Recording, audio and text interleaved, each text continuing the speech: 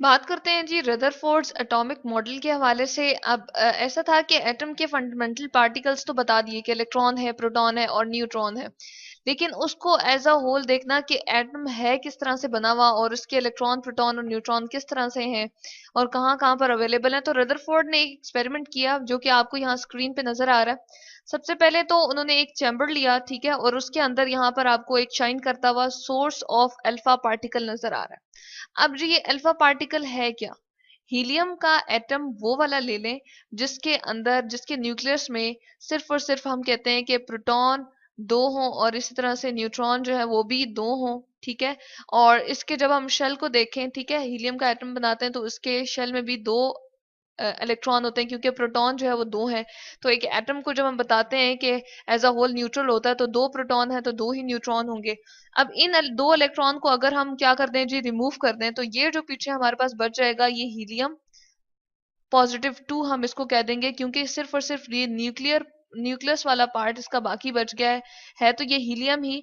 लेकिन क्या है जी, इसके दो इलेक्ट्रॉन रिमूव कर दिए हैं तो इसको, इस चीज को हम सारे को क्या कहते हैं जी, अल्फा पार्टिकल कहते हैं, ठीक है। अब इसके ऊपर याद रहे कि चार्ज क्या है जी, यहाँ पर हम लिख देते हैं, चलें, पॉजिटिव चार्ज है, ठीक है।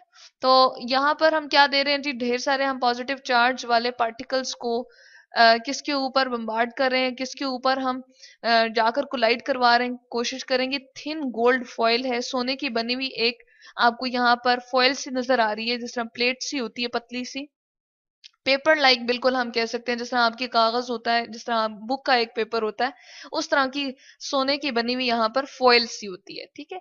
अब क्या होता है कि जैसे ही इसको पास किया, अल्फा पार्टिकल को इसके ऊपर बम्बार्ड किया, तो कुछ जो थे अल्फा पार्टिकल, सारे के सारे तकरीबन मोस्टली जो थे वो पास हो गए और कुछ जो थे वो वापस यहाँ पर बैक डिफ्लेक्ट हुए या वापस यहाँ पर मुड़ गए। और किस तरह से पता चला जी, एक स्क्रीन रखी हुई थी जो जिंक सल्फाइड की बनी हुई है। जिंक सल्फाइड एक ऐसा हमारे पास केमिकल है जिसके ऊपर अल्फा पार्टिकल जब बम्बार्ड करते हैं तो वहां पर शाइन प्रोड्यूस होती है। तो यहाँ पर आपको नजर आ रहा है कि ये क्या है जी, शाइन अगर प्रोड्यूस करेंगे इस वाले पार्ट में तो हमें पता चल जाएगा कि यहाँ पर जाकर अल्फा पार्टिकल जो है वो टकराए हैं।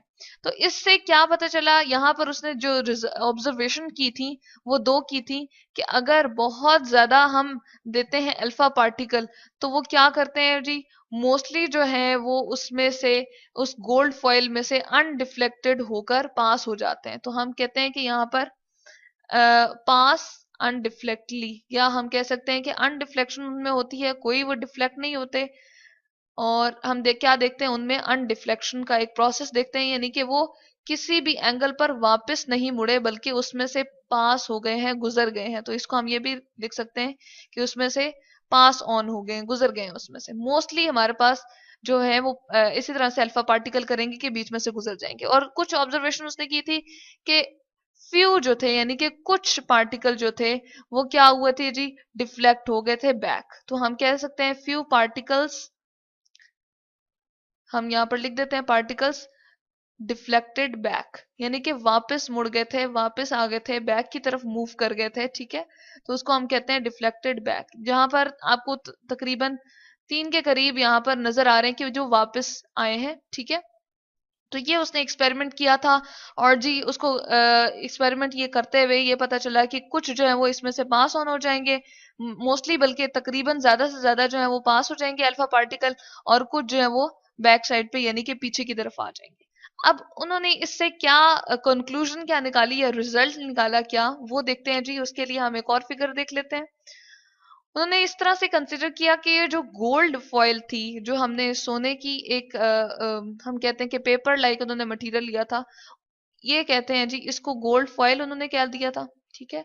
और इसके अंदर अरेंजमेंट ऑफ जो एटम है वो उन्होंने इस तरह से कंसिडर की कि अरेंजमेंट ऑफ एटम्स जो है वो इस तरह से, गोल्ड का एटम एक यहाँ है, एक यहाँ, यहाँ, यहाँ, और इस तरह से ये एक दूसरे के साथ टाइटली अरेंज हुए हुए, एक दूसरे के साथ अरेंज हुए हुए, यानी कि बहुत एक दूसरे के साथ जो है वो जुड़ के यहाँ पर रखे हुए हैं एटम गोल्ड फॉइल के अंदर। अब यहाँ पर क्या किया जी, बहुत सारे ढेर सारे अल्फा पार्टिकल दिए, ये भी आपको नजर आ रहा है, ये भी है, इसी तरह से ये सब है। तो अब इसमें से हम क्या देख रहे हैं, मोस्टली जो है वो पास ऑन हो रहे थे, तो उन्होंने ये कंक्लूजन निकाला कि एटम का, अगर एक एटम हम लेते हैं, ठीक है, तो उसके अंदर जो उसका मोस्टली पार्ट होता है, बहुत ज्यादा पार्ट जो होता है वो क्या होता है जी, स्पेस वाला होता है। यानी कि हम कह सकते हैं कि फर्स्ट जो उसका कंक्लूजन था वो ये था कि लार्ज स्पेस होती है एक एटम के अंदर। तो ये एटम का वो मॉडल देने जा रहे हैं कि एटम को बताने जा रहे हैं कि एटम है कैसा, ठीक है। और उसके बाद जो डिफ्लेक्ट बैक हो रहे हैं, जो वापसी की तरफ आ रहे हैं या जो वापस आ रहे हैं, उनके ऊपर चार्ज क्या है जी, पॉजिटिव चार्ज था। हमने कहा था हीलियम के ऊपर +2 चार्ज है। यहाँ पर हमने कहा था कि हमने याद रखना है कि अल्फा पार्टिकल के ऊपर पॉजिटिव चार्ज होता है।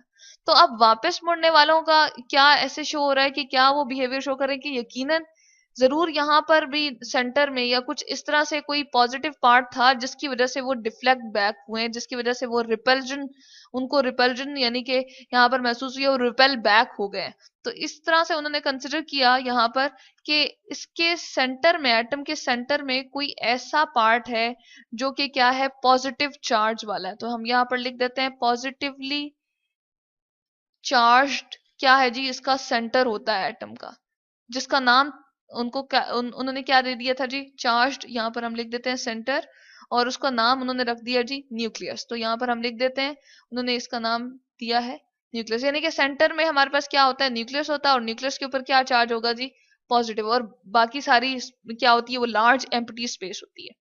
अब जब वो बैक की तरफ मूव करके आए हैं अल्फा पार्टिकल, तो इसका मतलब है वो जो न्यूक्लियस है वो इतना डेंस है या बहुत ज्यादा हैवी है या उसके पास बहुत ज्यादा पावर है या बहुत ज्यादा वो मैसिव है, जिसकी वजह से हमारे पास जो हीलियम के पार्टिकल थे या अल्फा पार्टिकल थे, पॉजिटिव पार्टिकल्स थे, वो वापस मुड़ आएंगे। क्योंकि अगर कोई लाइटर सी चीज होती, हल्की सी चीज होती, तो उससे तो टकरा के वो वापस नहीं आ सकते थे। लेकिन ये यकीनन कोई ऐसी भारी चीज है, ये जो न्यूक्लियस है, जिसकी वजह से वो टकराते हैं और वापस मुड़ जाते हैं, क्योंकि उनके पास रिपल्जन की कुवत बहुत ज्यादा आ जाती है, रिपेल बैक हो जाते हैं, पीछे मुड़ने की जो ताकत होती है, यानी कि एक दूसरे में दफा की कुवत जो हम कह सकते हैं, वो बहुत ज्यादा आ जाती है, और वो एक दूसरे से क्या होते हैं, रिपेल होके पीछे की तरफ आ जाते हैं। और उसके बाद उन्होंने ये कंक्लूजन निकाली थी कि न्यूक्लियस जो है वो बहुत ही साइज में क्या है जी, स्मॉल है। तो हम कह देते हैं न्यूक्लियस का साइज यहाँ पर क्या है, स्मॉल, ठीक है, साइज इज स्मॉल। चले हम यहाँ पर लिख देते हैं जी, या हम ये भी लिख सकते हैं कि न्यूक्लियस जो है वो स्मॉल साइज का है, ठीक है। तो ये भी उन्होंने एक कंक्लूजन निकाली कि स्मॉल साइज है न्यूक्लियस का। और अगली बात ये की कि जो बाकी आपके पास पार्टिकल हैं, फंडामेंटल पार्टिकल हैं, न्यूट्रॉन और प्रोटॉन, वो किसके अंदर होते हैं, न्यूक्लियस के अंदर होते हैं, मौजूद होते हैं। जबकि इलेक्ट्रॉन जो है वो सिर्फ इलेक्ट्रॉन ही बाहर की तरफ मूव करके एक इलेक्ट्रॉनिक क्या बना रहा होता है जी, इलेक्ट्रॉनिक क्लाउड बना रहा होता है। हम कहते हैं कि वो बाहर की तरफ एक बादल नुमा अपनी जगह को बना रहा होता है और वहां पर क्या कर रहा होता है जी, मूव कर रहा होता है।